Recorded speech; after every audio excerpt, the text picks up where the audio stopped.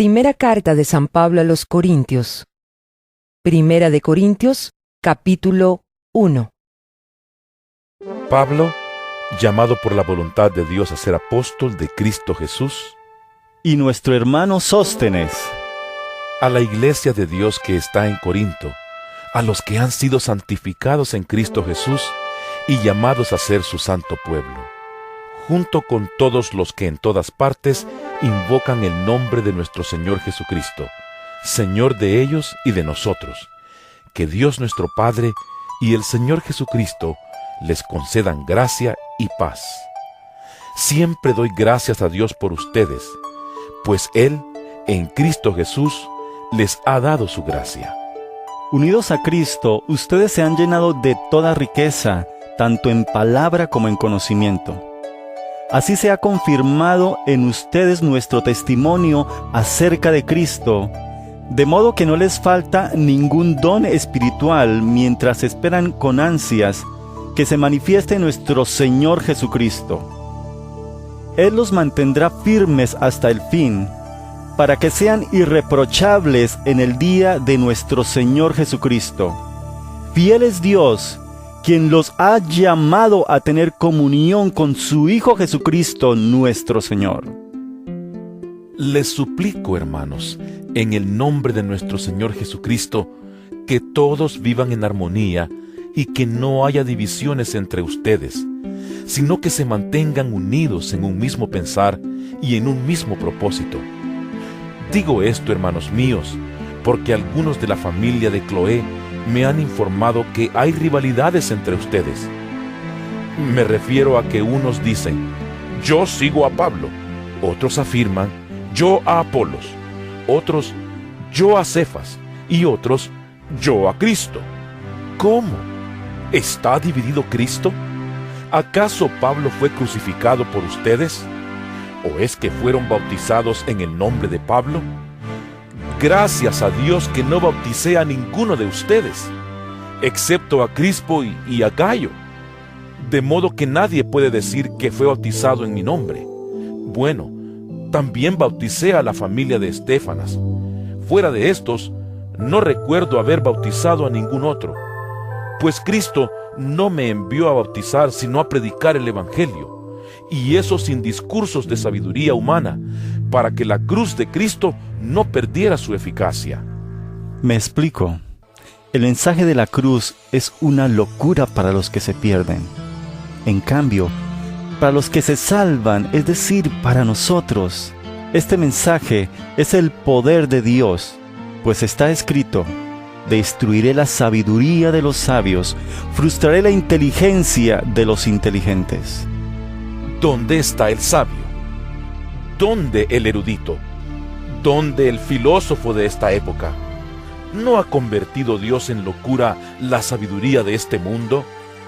Ya que Dios en su sabio designio dispuso que el mundo no lo conociera mediante la sabiduría humana, tuvo a bien salvar mediante la locura de la predicación a los que creen. Los judíos piden señales milagrosas y los gentiles buscan sabiduría, mientras que nosotros predicamos a Cristo crucificado. Este mensaje es motivo de tropiezo para los judíos y es locura para los gentiles. Pero para los que Dios ha llamado, lo mismo judíos que gentiles, Cristo es el poder de Dios y la sabiduría de Dios. Pues la locura de Dios es más sabia que la sabiduría humana, y la debilidad de Dios es más fuerte que la fuerza humana. Hermanos, consideren su propio llamamiento. No muchos de ustedes son sabios según criterios meramente humanos, ni son muchos los poderosos, ni muchos los de noble cuna. Pero Dios escogió lo insensato del mundo para avergonzar a los sabios, y escogió lo débil del mundo para avergonzar a los poderosos. También escogió Dios lo más bajo y despreciado, y lo que no es nada, para anular lo que es, a fin de que en su presencia nadie pueda jactarse. Pero gracias a Él, ustedes están unidos a Cristo Jesús, a quien Dios ha hecho nuestra sabiduría, es decir, nuestra justificación, santificación y redención, para que, como está escrito, si alguien ha de gloriarse, que se gloríe en el Señor. Primera de Corintios capítulo 2. Yo mismo, hermanos, cuando fui a anunciarles el testimonio de Dios, no lo hice con gran elocuencia y sabiduría. Me propuse más bien, estando entre ustedes, no saber de cosa alguna excepto de Jesucristo y de éste crucificado. Es más, me presenté ante ustedes con tanta debilidad que temblaba de miedo. No les hablé ni les prediqué con palabras sabias y elocuentes, sino con demostración del poder del Espíritu, para que la fe de ustedes no dependiera de la sabiduría humana, sino del poder de Dios. En cambio, hablamos con sabiduría entre los que han alcanzado madurez, pero no con la sabiduría de este mundo, ni con la de sus gobernantes, los cuales terminarán en nada. Más bien, exponemos el misterio de la sabiduría de Dios, una sabiduría que ha estado escondida y que Dios había destinado para nuestra gloria desde la eternidad. Ninguno de los gobernantes de este mundo la entendió, porque de haberla entendido, no habrían crucificado al Señor de la gloria. Sin embargo, como está escrito, ningún ojo ha visto, ningún oído ha escuchado, ninguna mente humana ha concebido lo que Dios ha preparado para quienes lo aman. Ahora bien, Dios nos ha revelado esto por medio de su Espíritu, pues el Espíritu lo examina todo, hasta las profundidades de Dios. En efecto, ¿quién conoce los pensamientos del ser humano sino su propio espíritu que está en él? Asimismo, nadie conoce los pensamientos de Dios sino el Espíritu de Dios. Nosotros no hemos recibido el espíritu del mundo, sino el Espíritu que procede de Dios, para que entendamos lo que por su gracia Él nos ha concedido. Esto es precisamente de lo que hablamos, no con las palabras que enseña la sabiduría humana, sino con las que enseña el Espíritu. De modo que expresamos verdades espirituales en términos espirituales. El que no tiene el Espíritu no acepta lo que procede del Espíritu de Dios, pues para él es locura. No puede entenderlo porque hay que discernirlo espiritualmente.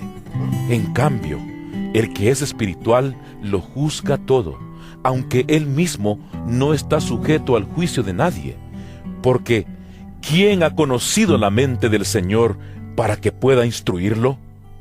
Nosotros, por nuestra parte, tenemos la mente de Cristo. Primera de Corintios capítulo 3. Yo, hermanos, no pude dirigirme a ustedes como espirituales, sino como a inmaduros, apenas niños en Cristo. Les di leche porque no podían asimilar alimento sólido, ni pueden todavía, pues aún son inmaduros. Mientras haya entre ustedes celos y contiendas, ¿no serán inmaduros? ¿Acaso no se están comportando según criterios meramente humanos? Cuando uno afirma, yo sigo a Pablo, y otro, yo sigo a Apolos, ¿no es porque están actuando con criterios humanos? Después de todo, ¿qué es Apolos? ¿Y qué es Pablo? Nada más que servidores por medio de los cuales ustedes llegaron a creer, según lo que el Señor le asignó a cada uno.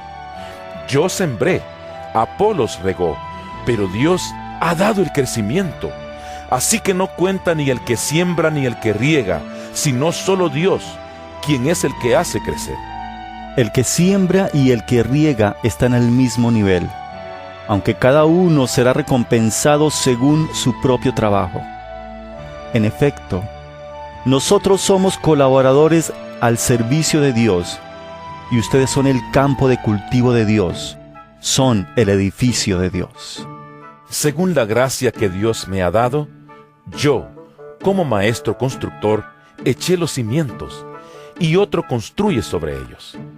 Pero cada uno tenga cuidado de cómo construye, porque nadie puede poner un fundamento diferente del que ya está puesto, que es Jesucristo. Si alguien construye sobre este fundamento, ya sea con oro, plata y piedras preciosas, o con madera, heno y paja, su obra se mostrará tal cual es, pues el día del juicio la dejará al descubierto. El fuego la dará a conocer y pondrá a prueba la calidad del trabajo de cada uno. Si lo que alguien ha construido permanece, recibirá su recompensa. Pero si su obra es consumida por las llamas, él sufrirá pérdida. Será salvo, pero como quien pasa por el fuego. ¿No saben que ustedes son templo de Dios y que el Espíritu de Dios habita en ustedes? Si alguno destruye el templo de Dios, él mismo será destruido por Dios, porque el templo de Dios es sagrado, y ustedes son ese templo. Que nadie se engañe. Si alguno de ustedes se cree sabio según las normas de esta época, hágase ignorante para así llegar a ser sabio. Porque a los ojos de Dios, la sabiduría de este mundo es locura, como está escrito. Él atrapa a los sabios en su propia astucia. Y también dice, el Señor conoce los pensamientos de los sabios y sabe que son absurdos. Por lo tanto, que nadie base su orgullo en el hombre. Al fin y al cabo, todo es de ustedes, ya sea Pablo o Apolos o Cefas o el universo o la vida o la muerte o lo presente o lo porvenir. Todo es de ustedes, y ustedes son de Cristo, y Cristo es de Dios. Primera de Corintios, capítulo 4. Que todos nos consideren servidores de Cristo, encargados de administrar los misterios de Dios. Ahora bien, a los que reciben un encargo se les exige que demuestren ser dignos de confianza. Por mi parte, muy poco me preocupa que me juzguen ustedes o cualquier tribunal humano.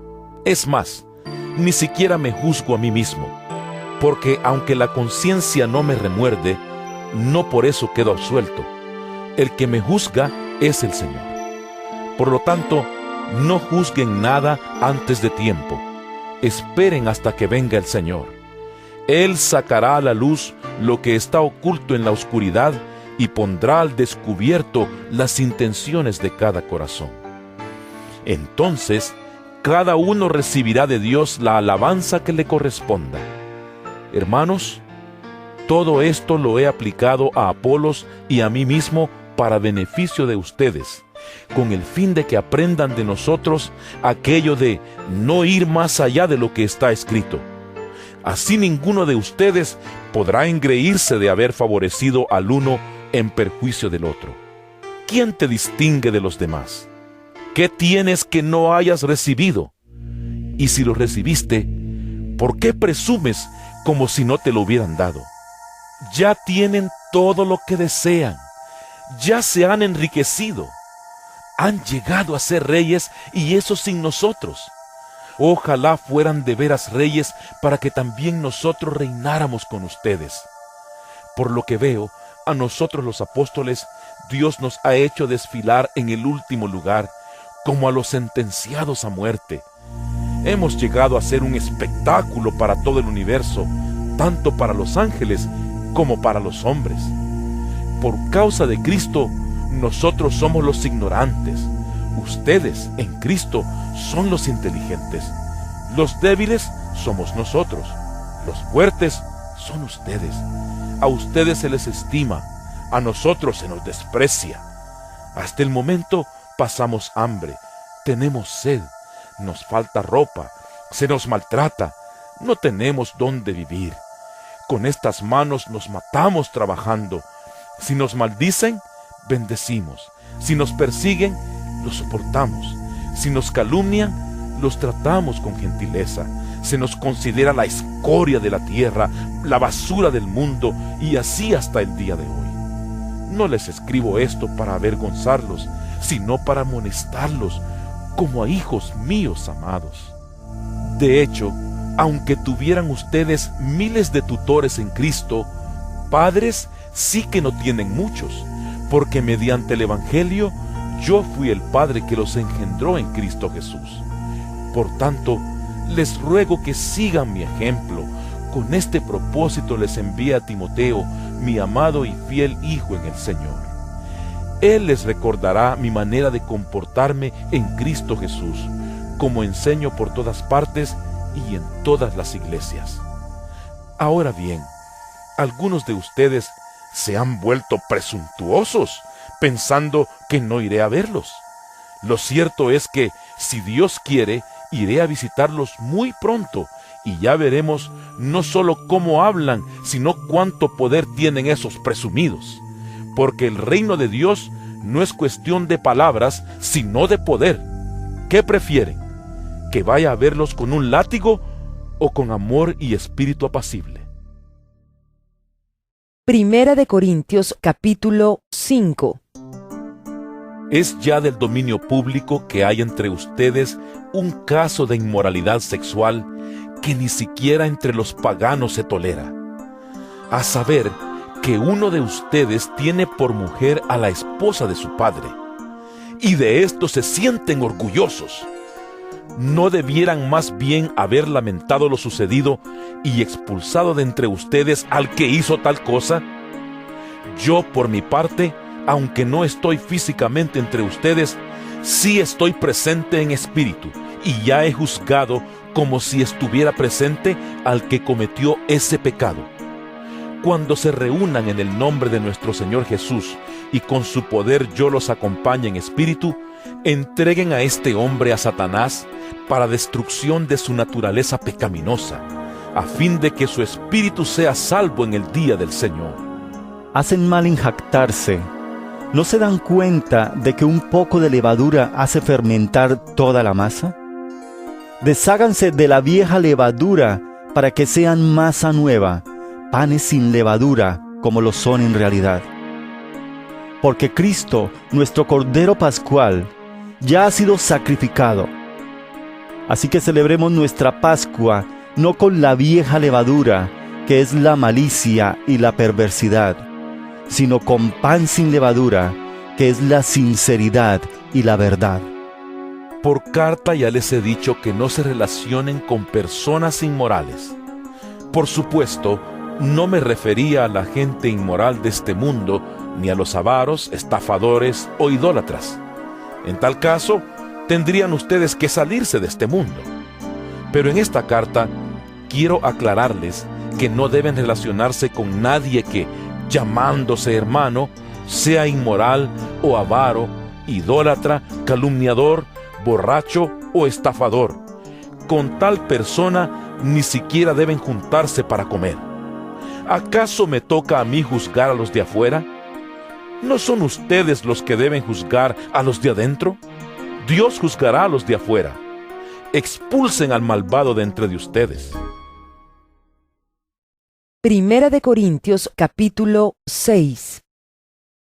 Si alguno de ustedes tiene un pleito con otro, ¿cómo se atreve a presentar demanda ante los inconversos en vez de acudir a los creyentes? ¿Acaso no saben que los creyentes juzgarán al mundo? Y si ustedes han de juzgar al mundo, ¿cómo no van a ser capaces de juzgar casos insignificantes? ¿No saben que aún a los ángeles los juzgaremos? ¿Cuánto más los asuntos de esta vida? Por tanto, si tienen pleitos sobre tales asuntos, ¿cómo es que nombran como jueces a los que no cuentan para nada ante la iglesia? Digo esto para que les dé vergüenza. ¿Acaso no hay entre ustedes nadie lo bastante sabio como para juzgar un pleito entre creyentes? Al contrario, un hermano demanda a otro, y esto ante los incrédulos. En realidad, ya es una grave falla el solo hecho de que haya pleitos entre ustedes. ¿No sería mejor soportar la injusticia? ¿No sería mejor dejar que los defrauden? Lejos de eso, son ustedes los que defraudan y cometen injusticias. Y conste que se trata de sus hermanos. ¿No saben que los malvados no heredarán el reino de Dios? No se dejen engañar, ni los fornicarios, ni los idólatras, ni los adúlteros, ni los sodomitas, ni los pervertidos sexuales, ni los ladrones, ni los avaros, ni los borrachos, ni los calumniadores, ni los estafadores heredarán el reino de Dios. Y eso eran algunos de ustedes. Pero ya han sido lavados, ya han sido santificados, ya han sido justificados en el nombre del Señor Jesucristo y por el Espíritu de nuestro Dios. Todo me está permitido, pero no todo es para mi bien. Todo me está permitido, pero no dejaré que nada me domine. Los alimentos son para el estómago y el estómago para los alimentos. Así es, y Dios los destruirá a ambos. Pero el cuerpo no es para la inmoralidad sexual, sino para el Señor, y el Señor para el cuerpo. Con su poder, Dios resucitó al Señor y nos resucitará también a nosotros. ¿No saben que sus cuerpos son miembros de Cristo mismo? ¿Tomaré acaso los miembros de Cristo para unirlos con una prostituta? ¡Jamás! ¿No saben que el que se une a una prostituta se hace un solo cuerpo con ella? Pues la Escritura dice, los dos llegarán a ser un solo cuerpo, pero el que se une al Señor se hace uno con Él en espíritu. Huyan de la inmoralidad sexual. Todos los demás pecados que una persona comete quedan fuera de su cuerpo, pero el que comete inmoralidades sexuales peca contra su propio cuerpo. ¿Acaso no saben que su cuerpo es templo del Espíritu Santo, quien está en ustedes y al que han recibido de parte de Dios? Ustedes no son sus propios dueños, fueron comprados por un precio. Por tanto, honren con su cuerpo a Dios.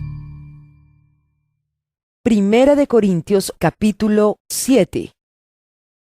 Paso ahora a los asuntos que me plantearon por escrito. Es mejor no tener relaciones sexuales, pero en vista de tanta inmoralidad, cada hombre debe tener su propia esposa y cada mujer su propio esposo. El hombre debe cumplir su deber conyugal con su esposa, e igualmente la mujer con su esposo. La mujer ya no tiene derecho sobre su propio cuerpo, sino su esposo. Tampoco el hombre tiene derecho sobre su propio cuerpo, sino su esposa.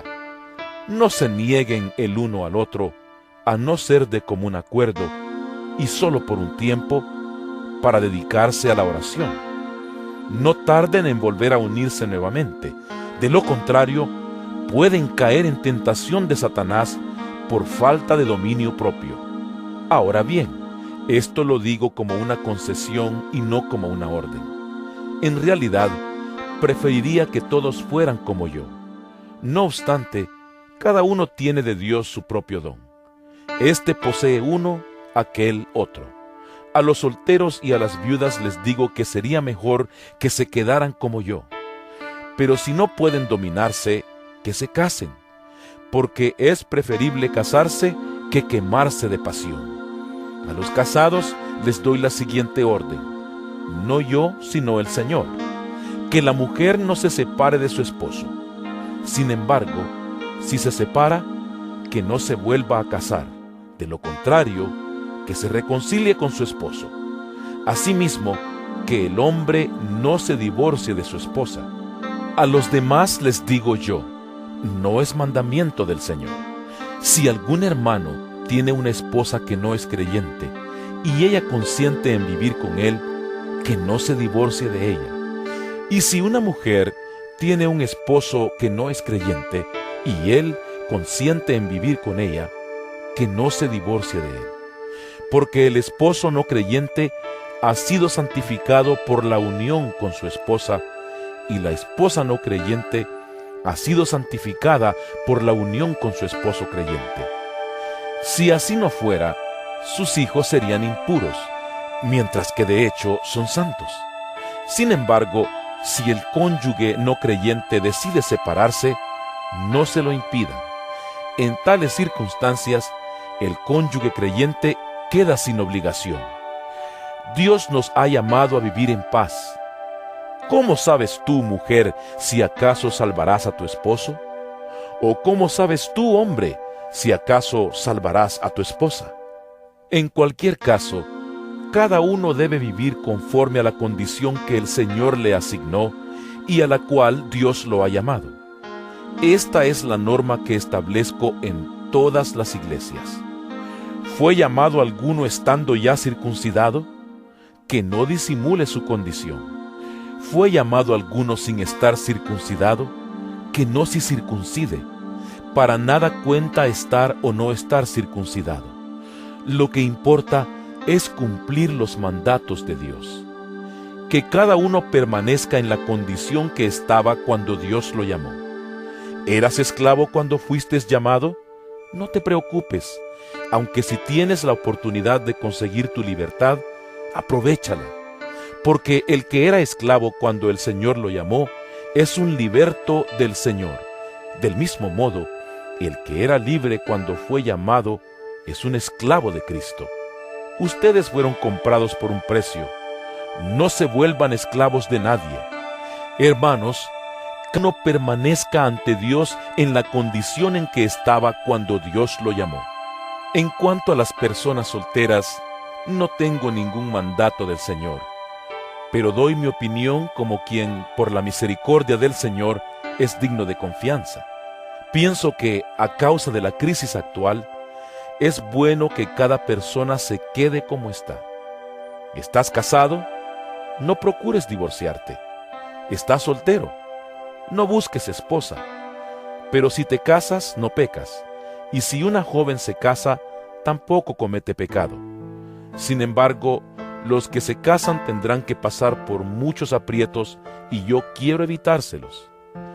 Lo que quiero decir, hermanos, es que nos queda poco tiempo. De aquí en adelante, los que tienen esposa deben vivir como si no la tuvieran. Los que lloran, como si no lloraran. Los que se alegran, como si no se alegraran.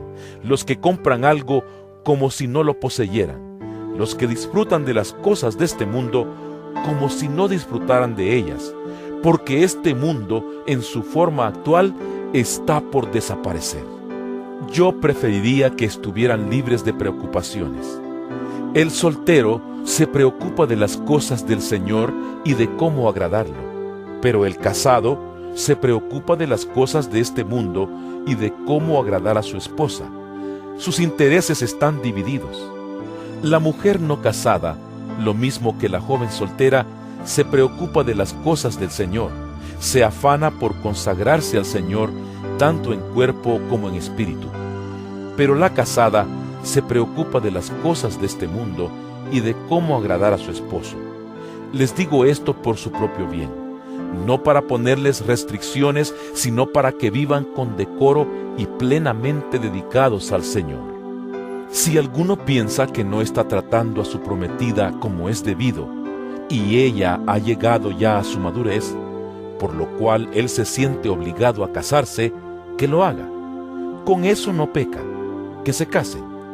Pero el que se mantiene firme en su propósito y no está dominado por sus impulsos, sino que domina su propia voluntad y ha resuelto no casarse con su prometida, también hace bien.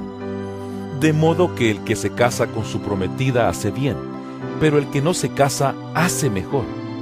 La mujer está ligada a su esposo mientras él vive, pero si el esposo muere, ella queda libre para casarse con quien quiera, con tal de que sea en el Señor. En mi opinión, ella será más feliz si no se casa, y creo que yo también tengo el Espíritu de Dios. Primera de Corintios capítulo 8. En cuanto a lo sacrificado a los ídolos, es cierto que todos tenemos conocimiento. El conocimiento envanece, mientras que el amor edifica. El que cree que sabe algo, todavía no sabe como debiera saber. Pero el que ama a Dios es conocido por Él. De modo que, en cuanto a comer lo sacrificado a los ídolos, sabemos que un ídolo no es absolutamente nada, y que hay un solo Dios. Pues aunque haya los así llamados dioses, ya sea en el cielo o en la tierra, y por cierto que hay muchos dioses y muchos señores, para nosotros no hay más que un solo Dios, el Padre, de quien todo procede y para el cual vivimos, y no hay más que un solo Señor, es decir, Jesucristo, por quien todo existe y por medio del cual vivimos. Pero no todos tienen conocimiento de esto. Algunos siguen tan acostumbrados a los ídolos que comen carne a sabiendas de que ha sido sacrificada a un ídolo, y su conciencia se contamina por ser débil. Pero lo que comemos no nos acerca a Dios. No somos mejores por comer, ni peores por no comer. Sin embargo, tengan cuidado de que su libertad no se convierta en motivo de tropiezo para los débiles, porque si alguien de conciencia débil te ve a ti, que tienes este conocimiento, comer en el templo de un ídolo, ¿no se sentirá animado a comer lo que ha sido sacrificado a los ídolos? Entonces ese hermano débil, por quien Cristo murió, se perderá a causa de tu conocimiento. Al pecar así contra los hermanos, hiriendo su débil conciencia, pecan ustedes contra Cristo. Por lo tanto, si mi comida ocasiona la caída de mi hermano, no comeré carne jamás para no hacerlo caer en pecado. Primera de Corintios capítulo 9. ¿No soy libre? ¿No soy apóstol? ¿No he visto a Jesús nuestro Señor? ¿No son ustedes el fruto de mi trabajo en el Señor? Aunque otros no me reconozcan como apóstol, para ustedes sí lo soy, porque ustedes mismos son el sello de mi apostolado en el Señor. Esta es mi defensa contra los que me critican. ¿Acaso no tenemos derecho a comer y a beber? ¿No tenemos derecho a viajar acompañados por una esposa creyente, como hacen los demás apóstoles y Cefas y los hermanos del Señor? ¿O es que solo Bernabé y yo estamos obligados a ganarnos la vida con otros trabajos? ¿Qué soldado presta servicio militar pagándose sus propios gastos? ¿Qué agricultor planta un viñedo y no come de sus uvas? ¿Qué pastor cuida un rebaño y no toma de la leche que ordeña? No piensen que digo esto solamente desde un punto de vista humano. ¿No lo dice también la ley? Porque en la ley de Moisés está escrito: no le pongas bozal al buey mientras esté trillando. ¿Acaso se preocupa Dios por los bueyes, o lo dice más bien por nosotros? Por supuesto que lo dice por nosotros, porque cuando el labrador ara y el segador trilla, deben hacerlo con la esperanza de participar de la cosecha.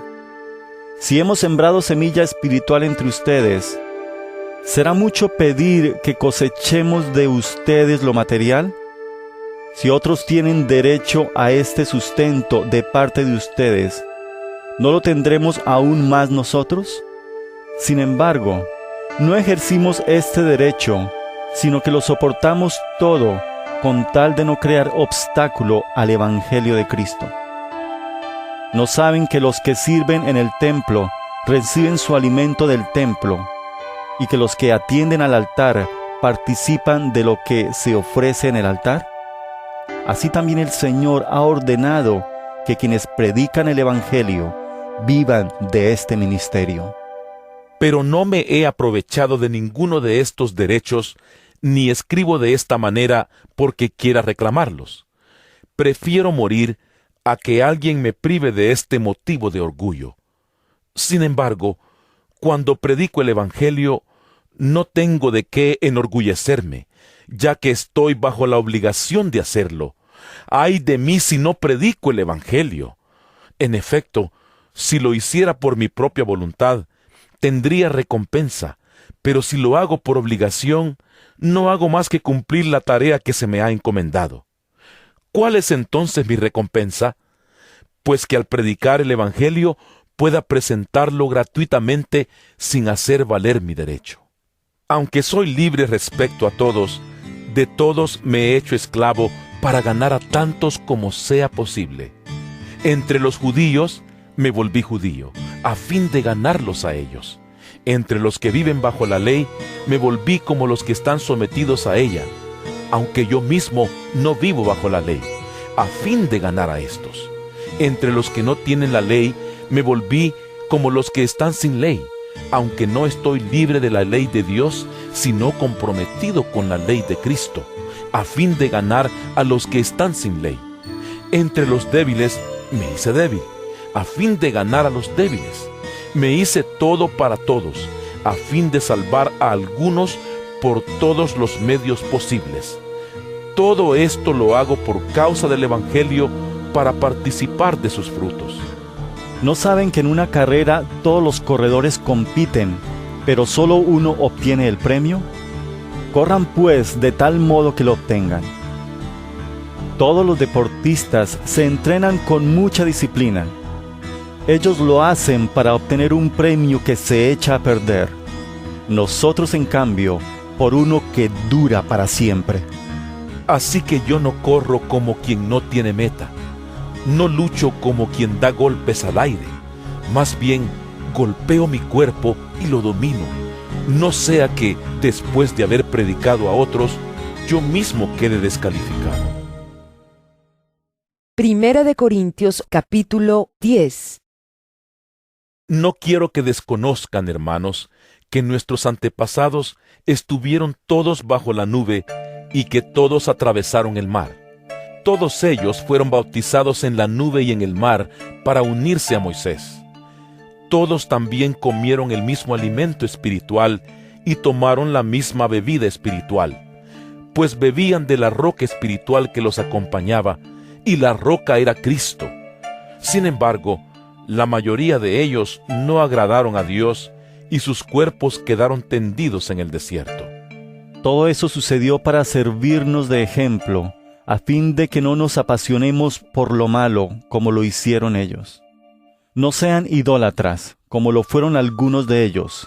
Según está escrito, se sentó el pueblo a comer y a beber, y se entregó al desenfreno.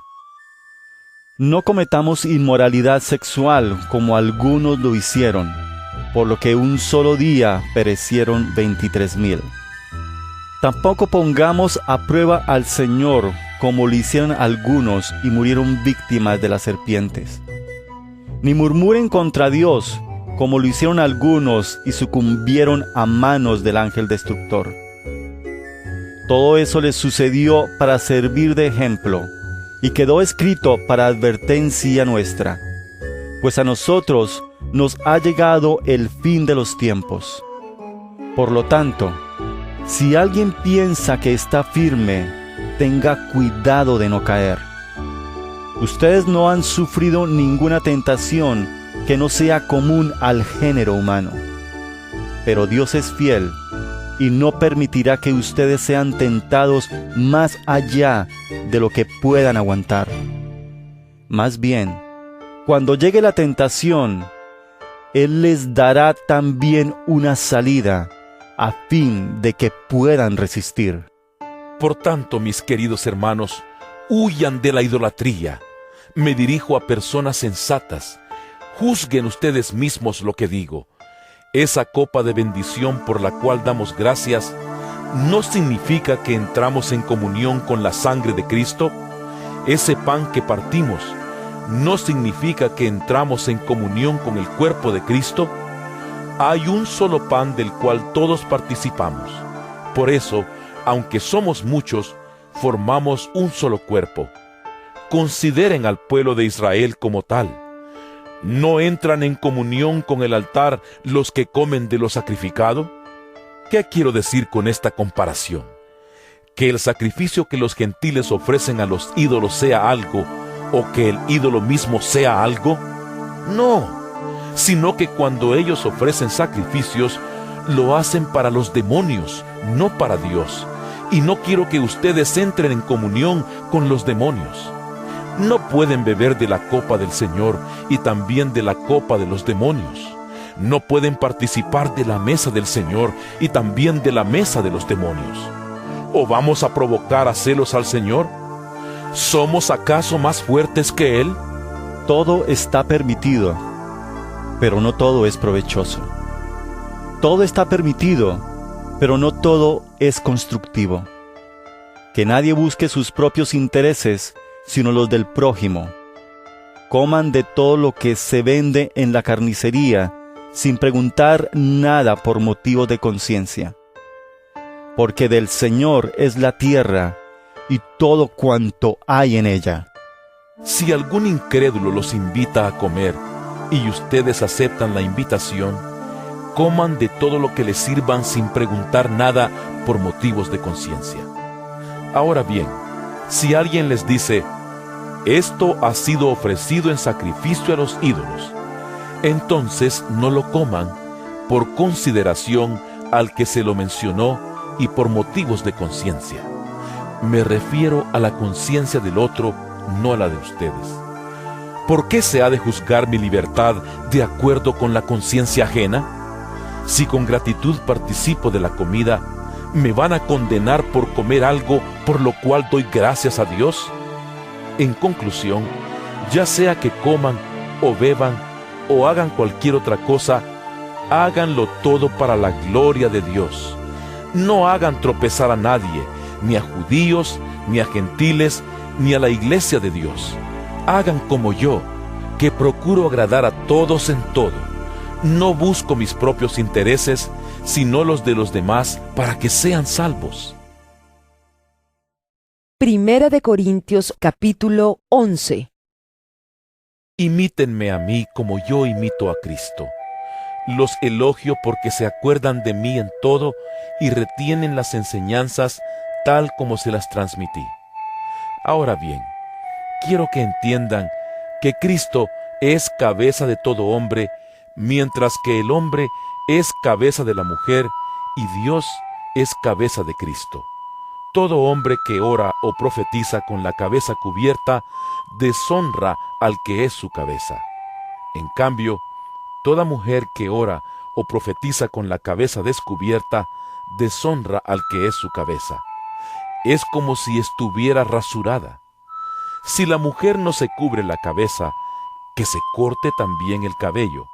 Pero si es vergonzoso para la mujer tener el pelo corto o la cabeza rasurada, que se la cubra. El hombre no debe cubrirse la cabeza, ya que él es imagen y gloria de Dios, mientras que la mujer es gloria del hombre. De hecho, el hombre no procede de la mujer, sino la mujer del hombre. Ni tampoco fue creado el hombre a causa de la mujer, sino la mujer a causa del hombre. Por esta razón y a causa de los ángeles, la mujer debe llevar sobre la cabeza señal de autoridad. Sin embargo, en el Señor, ni la mujer existe aparte del hombre, ni el hombre aparte de la mujer. Porque así como la mujer procede del hombre, también el hombre nace de la mujer. Pero todo proviene de Dios. Juzguen ustedes mismos. ¿Es apropiado que la mujer ore a Dios sin cubrirse la cabeza?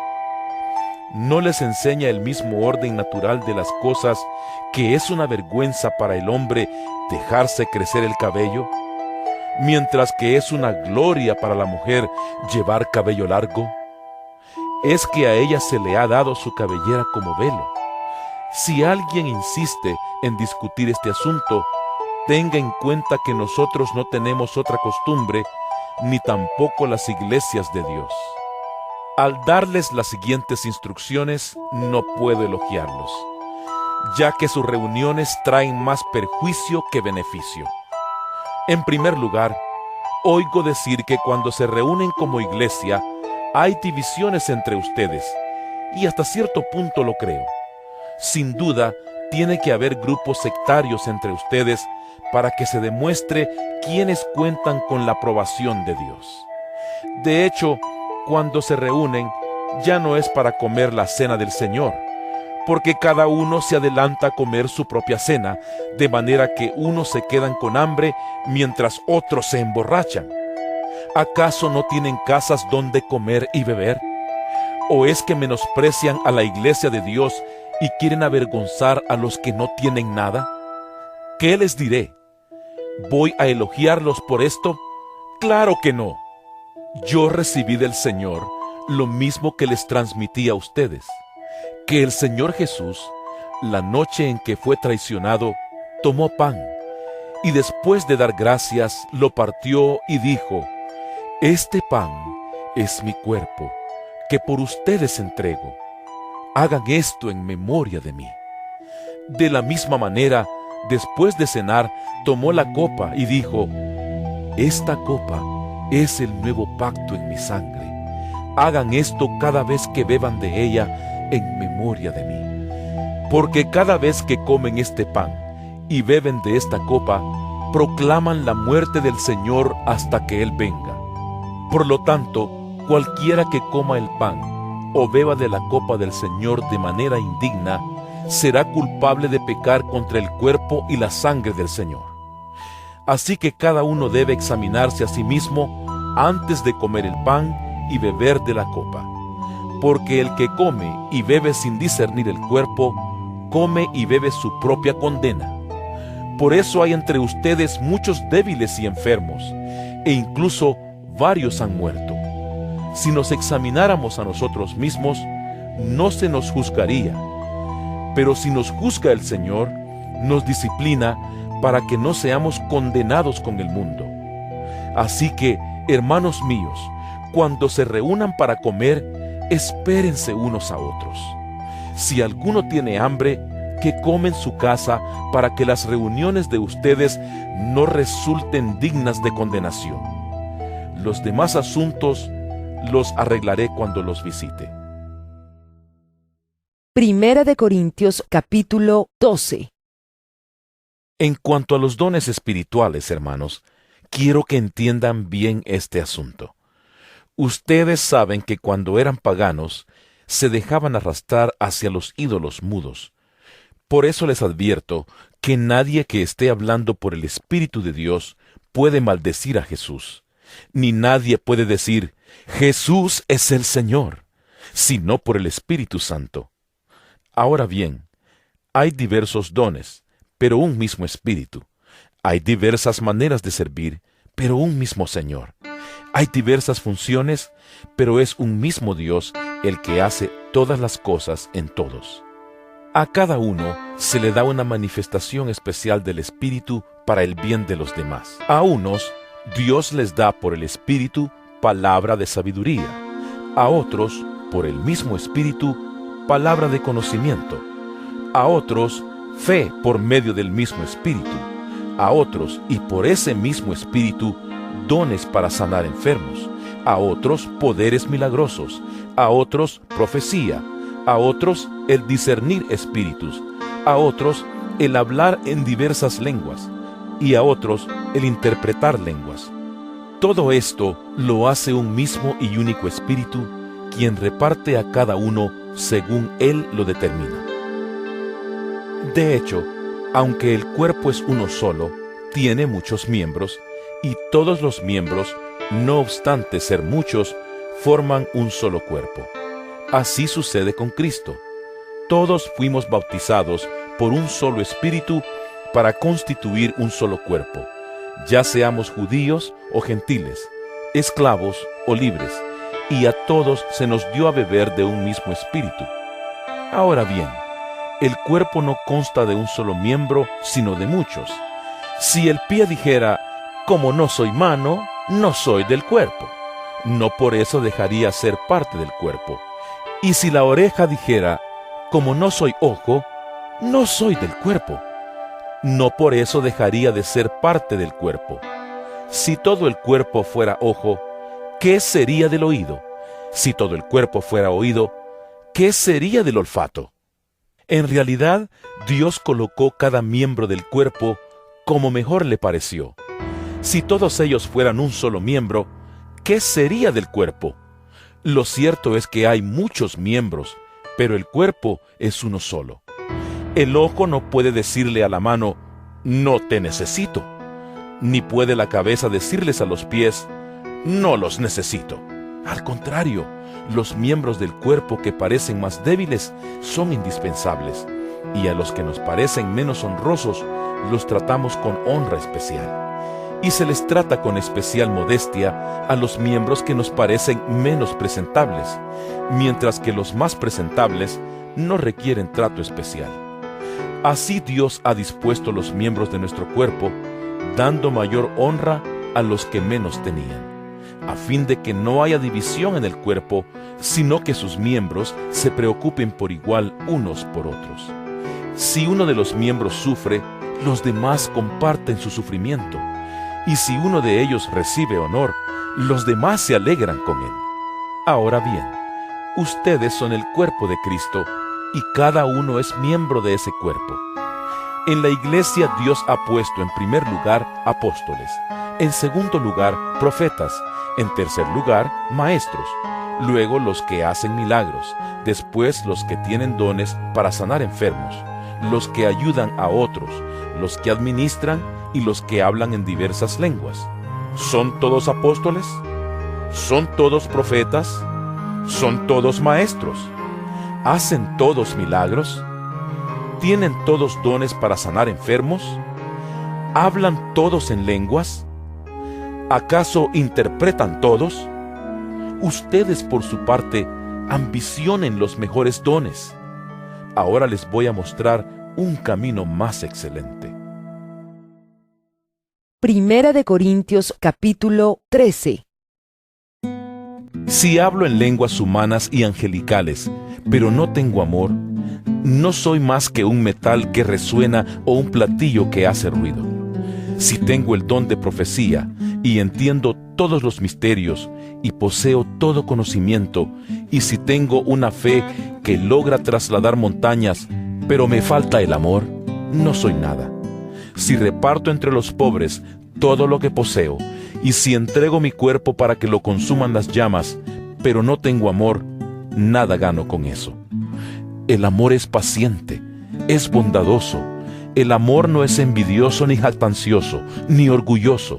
No se comporta con rudeza, no es egoísta, no se enoja fácilmente, no guarda rencor. El amor no se deleita en la maldad, sino que se regocija con la verdad. Todo lo disculpa, todo lo cree, todo lo espera, todo lo soporta. El amor jamás se extingue, mientras que el don de profecía cesará. El de lengua será silenciado y el de conocimiento desaparecerá.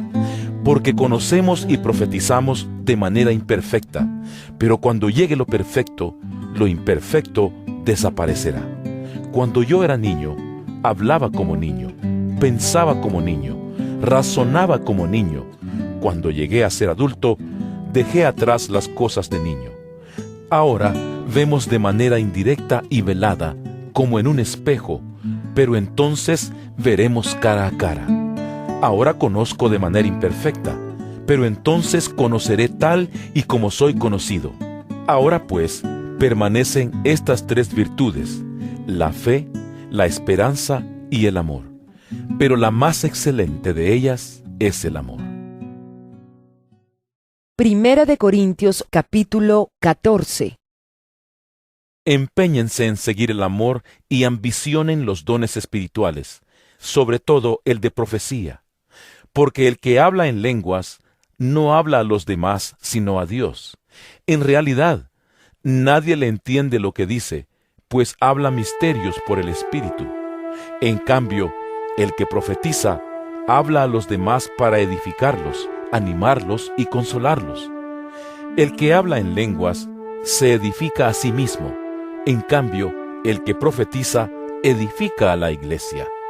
Yo quisiera que todos ustedes hablaran en lenguas, pero mucho más que profetizaran.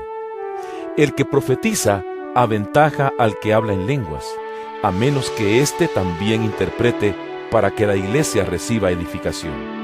Hermanos, si ahora fuera a visitarlos y les hablara en lenguas, ¿de qué les serviría a menos que les presentara alguna revelación, conocimiento, profecía o enseñanza? Aún en el caso de los instrumentos musicales, tales como la flauta o el arpa, ¿cómo se reconocerá lo que tocan si no dan distintamente sus sonidos? Y si la trompeta no da un toque claro, ¿quién se va a preparar para la batalla? Así sucede con ustedes. a menos que su lengua pronuncie palabras comprensibles. ¿Cómo se sabrá lo que dicen? ¿Cómo será si hablaran al aire? Será como si hablaran al aire. ¿Quién sabe cuántos idiomas hay en el mundo y ninguno carece de sentido? Pero si no capto el sentido de lo que alguien dice, seré como un extranjero para el que me habla, y él lo será para mí. Por eso ustedes, ya que tanto ambicionan dones espirituales, procuren que éstos abunden para la edificación de la iglesia. Por esta razón, el que habla en lenguas, pida en oración el don de interpretar lo que diga. Porque si yo oro en lenguas, mi espíritu ora, pero mi entendimiento no se beneficia en nada. ¿Qué debo hacer entonces? Pues orar con el espíritu, pero también con el entendimiento, cantar con el espíritu, pero también con el entendimiento. De otra manera, si alabas a Dios con el espíritu, ¿cómo puede quien no es instruido decir amén a tu acción de gracias, puesto que no entiende lo que dices? En ese caso, tu acción de gracias es admirable, pero no edifica al otro. Doy gracias a Dios porque hablo en lenguas más que todos ustedes. Sin embargo, en la iglesia prefiero emplear 5 palabras comprensibles y que me sirvan para instruir a los demás que 10,000 palabras en lenguas.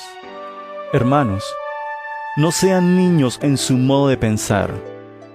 Sean niños en cuanto a la malicia, pero adultos en su modo de pensar. En la ley está escrito: por medio de gente de lengua extraña y por boca de extranjeros hablaré a este pueblo, pero ni aun así me escucharán, dice el Señor.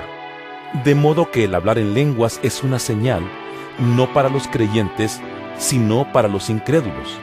En cambio, la profecía no es señal para los incrédulos, sino para los creyentes.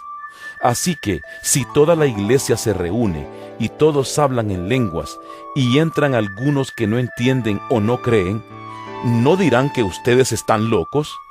Pero si uno que no cree o uno que no entiende entra cuando todos están profetizando, se sentirá reprendido y juzgado por todos, y los secretos de su corazón quedarán al descubierto. Así que se postrará ante Dios y lo adorará exclamando: realmente Dios está entre ustedes. ¿Qué concluimos, hermanos? Que cuando se reúnan, cada uno puede tener un himno, una enseñanza, una revelación, un mensaje en lenguas o una interpretación. Todo esto debe hacerse para la edificación de la iglesia. Si se habla en lenguas, que hablen 2, o cuando mucho 3, cada uno por turno, y que alguien interprete. Si no hay intérprete, que guarden silencio en la iglesia, y cada uno hable para sí mismo y para Dios. En cuanto a los profetas, que hablen 2 o 3, y que los demás examinen con cuidado lo dicho. Si alguien que está sentado recibe una revelación, el que esté hablando ceda la palabra. Así todos pueden profetizar por turno, para que todos reciban instrucción y aliento. El don de profecía está bajo el control de los profetas. Porque Dios no es un Dios de desorden, sino de paz. Como es costumbre en las congregaciones de los creyentes, guarden las mujeres silencio en la iglesia, pues no les está permitido hablar. Que estén sumisas como lo establece la ley. Si quieren saber algo, que se lo pregunten en casa a sus esposos, porque no está bien visto que una mujer hable en la iglesia. ¿Acaso la palabra de Dios procedió de ustedes? ¿O son ustedes los únicos que la han recibido? Si alguno se cree profeta o espiritual, reconozca que esto que les escribo es mandato del Señor. Si no lo reconoce, tampoco él será reconocido. Así que, hermanos míos, ambicionen el don de profetizar y no prohíban que se hable en lenguas, pero todo debe hacerse de una manera apropiada y con orden. Primera de Corintios capítulo 15. Ahora, hermanos, quiero recordarles el Evangelio que les prediqué, el mismo que recibieron, en el cual se mantienen firmes. Mediante este Evangelio son salvos, si se aferran a la palabra que les prediqué. De otro modo, habrán creído en vano. Porque ante todo, les transmití a ustedes lo que yo mismo recibí, que Cristo murió por nuestros pecados según las Escrituras, que fue sepultado, que resucitó al tercer día según las Escrituras, y que se apareció a Cefas y luego a los 12. Después se apareció a más de 500 hermanos a la vez, la mayoría de los cuales vive todavía, aunque algunos han muerto. Luego se apareció a Jacobo, más tarde a todos los apóstoles, y por último, como a uno nacido fuera de tiempo, se me apareció también a mí. Admito que yo soy el más insignificante de los apóstoles y que ni siquiera merezco ser llamado apóstol, porque perseguí a la iglesia de Dios. Pero por la gracia de Dios soy lo que soy, y la gracia que Él me concedió no fue infructuosa. Al contrario, he trabajado con más tesón que todos ellos, aunque no yo, sino la gracia de Dios que está conmigo. En fin, ya sea que se trate de mí o de ellos, esto es lo que predicamos y esto es lo que ustedes han creído. Ahora bien, si se predica que Cristo ha sido levantado de entre los muertos, ¿cómo dicen algunos de ustedes que no hay resurrección? Si no hay resurrección, entonces ni siquiera Cristo ha resucitado. Y si Cristo no ha resucitado, nuestra predicación no sirve para nada, como tampoco la fe de ustedes. Aún más, resultaríamos falsos testigos de Dios por haber testificado que Dios resucitó a Cristo, lo cual no habría sucedido si en verdad los muertos no resucitan. Porque si los muertos no resucitan, tampoco Cristo ha resucitado. Y si Cristo no ha resucitado, la fe de ustedes es ilusoria y todavía están en sus pecados. En ese caso, también están perdidos los que murieron en Cristo. Si la esperanza que tenemos en Cristo fuera solo para esta vida, seríamos los más desdichados de todos los mortales. Lo cierto es que Cristo ha sido levantado de entre los muertos como primicias de los que murieron. De hecho, ya que la muerte vino por medio de un hombre, también por medio de un hombre viene la resurrección de los muertos. Pues así como en Adán todos mueren, también en Cristo todos volverán a vivir, pero cada uno en su debido orden. Cristo, las primicias, después, cuando Él venga, los que le pertenecen. Entonces vendrá el fin, cuando Él entregue el reino a Dios el Padre, luego de destruir todo dominio, autoridad y poder. Porque es necesario que Cristo reine hasta poner a todos sus enemigos debajo de sus pies. El último enemigo que será destruido es la muerte, pues Dios ha sometido todo a su dominio. Al decir que todo ha quedado sometido a su dominio, es claro que no se incluye a Dios mismo, quien todo lo sometió a Cristo. Y cuando todo le sea sometido, entonces el Hijo mismo se someterá a aquel que le sometió todo, para que Dios sea todo en todos. Si no hay resurrección, ¿qué sacan los que se bautizan por los muertos? Si en definitiva los muertos no resucitan, ¿por qué se bautizan por ellos? Y nosotros, ¿por qué nos exponemos al peligro a todas horas? Que cada día muero, hermanos, es tan cierto como el orgullo que siento por ustedes en Cristo Jesús nuestro Señor. ¿Qué he ganado si solo por motivos humanos en Éfeso luché contra las fieras? Si los muertos no resucitan, comamos y bebamos, que mañana moriremos. No se dejen engañar. Las malas compañías corrompen las buenas costumbres. Vuelvan a su sano juicio como conviene y dejen de pecar. En efecto, hay algunos de ustedes que no tienen conocimiento de Dios. Para vergüenza de ustedes lo digo. Tal vez alguien pregunte, ¿cómo resucitarán los muertos? ¿Con qué clase de cuerpo vendrán? ¡Qué tontería! Lo que tú siembras no cobra vida a menos que muera. No plantas el cuerpo que luego ha de nacer, sino que siembras una simple semilla de trigo o de otro grano.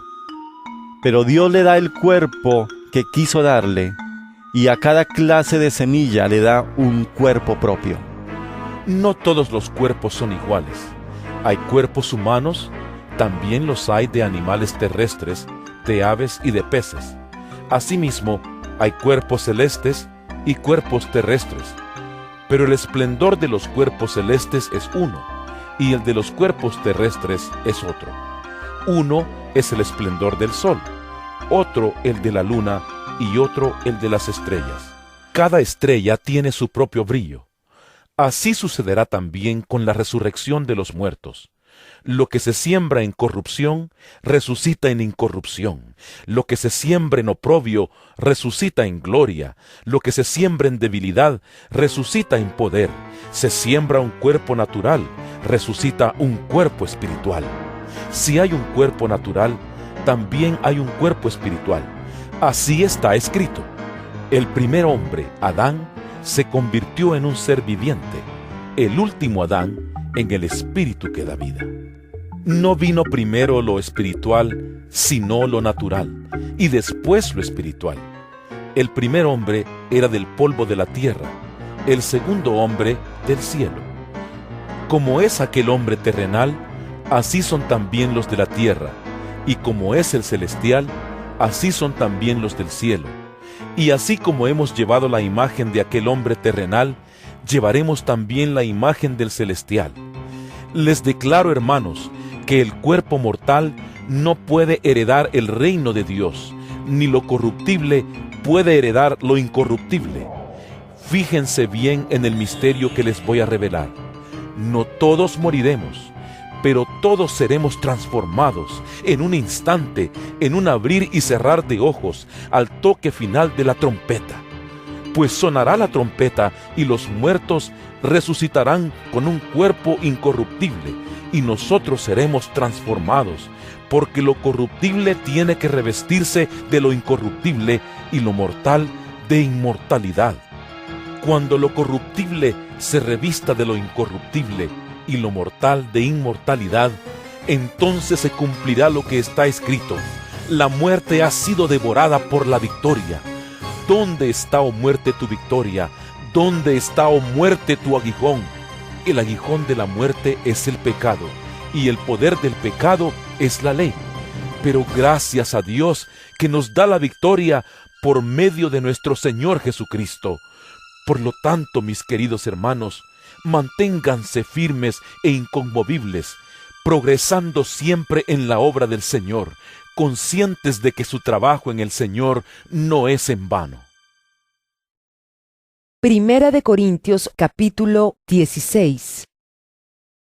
En cuanto a la colecta para los creyentes, sigan las instrucciones que di a las iglesias de Galacia. El primer día de la semana, cada uno de ustedes aparte y guarde algún dinero conforme a sus ingresos, para que no se tengan que hacer colectas cuando yo vaya. Luego, cuando llegue, daré cartas de presentación a los que ustedes hayan aprobado y los enviaré a Jerusalén con los donativos que hayan recogido. Si conviene que yo también vaya, iremos juntos. Después de pasar por Macedonia, pues tengo que atravesar esa región, iré a verlos. Es posible que me quede con ustedes algún tiempo y tal vez pase allí el invierno para que me ayuden a seguir el viaje a donde quiera que vaya. Esta vez no quiero verlos solo de paso, más bien espero permanecer algún tiempo con ustedes, si el Señor así lo permite. Pero me quedaré en Éfeso hasta Pentecostés, porque se me ha presentado una gran oportunidad para un trabajo eficaz, a pesar de que hay muchos en mi contra. Si llega Timoteo, procuren que se sienta cómodo entre ustedes, porque él trabaja como yo en la obra del Señor. Por tanto, que nadie lo menosprecie. Ayúdenlo a seguir su viaje en paz para que pueda volver a reunirse conmigo, pues estoy esperándolo junto con los hermanos. En cuanto a nuestro hermano Apolos, le rogué encarecidamente que, en compañía de otros hermanos, les hiciera una visita. No quiso de ninguna manera ir ahora, pero lo hará cuando se le presente la oportunidad. Manténganse alerta, permanezcan firmes en la fe, sean valientes y fuertes, hagan todo con amor. Bien saben que los de la familia de Estéfanas fueron los primeros convertidos de Acaya, y que se han dedicado a servir a los creyentes. Les recomiendo, hermanos, que se pongan a disposición de aquellos y de todo el que colabore en este arduo trabajo. Me alegré cuando llegaron Estéfanas, Fortunato y Acaico, porque ellos han suplido lo que ustedes no podían darme, ya que han tranquilizado mi espíritu y también el de ustedes. Tales personas merecen que se les exprese reconocimiento. Las iglesias de la provincia de Asia les mandan saludos. Aquila y Priscila los saludan cordialmente en el Señor, como también la iglesia que se reúne en la casa de ellos.